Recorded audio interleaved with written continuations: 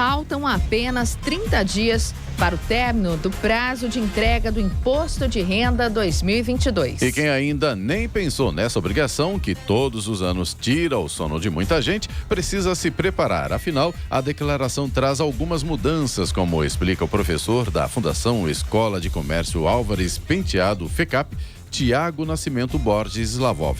A principal novidade para a entrega da declaração do Imposto de Renda em 2022 é a opção da declaração pré-preenchida. Este recurso, que estava limitado ao uso do certificado digital em anos anteriores, neste ano passa a ser acessível utilizando-se a conta gov.br, padrão prata ou padrão ouro, que são as formas de acesso para os serviços do governo federal que vão utilizar de recursos mais seguros, como a biometria, por exemplo, para acessar a ferramenta. Qual é a grande vantagem de se utilizar a declaração pré-preenchida? Com esta forma de preencher a declaração do imposto de renda, o contribuinte ele consegue recuperar informações, principalmente as informações de rendimentos que constam na base de dados da Receita Federal. Ao fazer isso, o contribuinte reduz o risco de ser autuado pela omissão de rendimentos, por exemplo, uma vez que as informações que estão na base de dados da Receita Federal, elas vão constar na declaração do contribuinte. Também vão aparecer as informações da declaração do ano anterior, na ficha de bens e direitos, mas que de toda forma deverão ser complementadas com os dados atualizados de 2021. O professor falou de outra novidade, que é pagar o imposto ou receber a requisição com o Pix.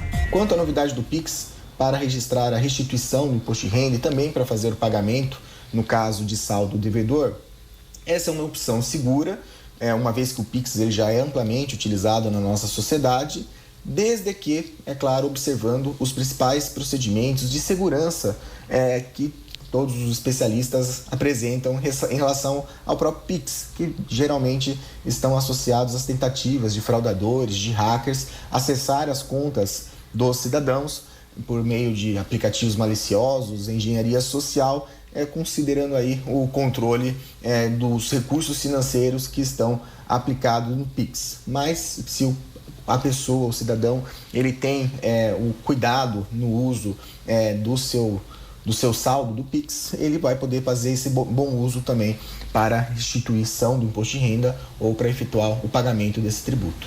Tiago Slavov deu também algumas dicas para o contribuinte que não cair na malha fina. Ao enviar as informações do imposto de renda para a Receita Federal, as informações serão processadas por meio de um cruzamento de informações das diferentes bases de dados à disposição do fisco. Esse processamento nós chamamos de malha fiscal. Para evitar ter problemas na malha fiscal, a principal dica, a principal recomendação é que o contribuinte preencha as informações da sua declaração de imposto de renda cientes daquilo que precisa ser feito, preencher corretamente os dados, preencher com a antecipação, preencher com calma, né? Essa é uma dica importante. De fato, a Receita Federal, de maneira bastante recorrente, sempre destaca quais são os erros mais comuns para preenchimento da declaração do imposto de renda, sendo esses erros geralmente associados ou a conhecimento do contribuinte ou realmente a falta de informações, né? Então, por exemplo, a omissão de rendimentos, tanto dos próprios contribuintes quanto rendimentos de dependentes que precisam ser apresentados na declaração do imposto de renda, caso o contribuinte informe dependentes que possuem rendimentos próprios. As despesas médicas, então, quando o contribuinte informa uma despesa médica, ele precisa ter toda a documentação que dá suporte àquela despesa médica, a nota fiscal, a indicação correta do beneficiário do procedimento, porque não é quem paga a despesa médica que vai poder deduzir dessa declaração. Também existem divergências, como por exemplo em relação à previdência privada. Então hoje você tem dois produtos financeiros, o PGBL e o VGBL, por exemplo, e esses produtos financeiros, um é dedutível do imposto de renda, que é o PGBL, e outro não é, por exemplo, que é o caso do VGBL.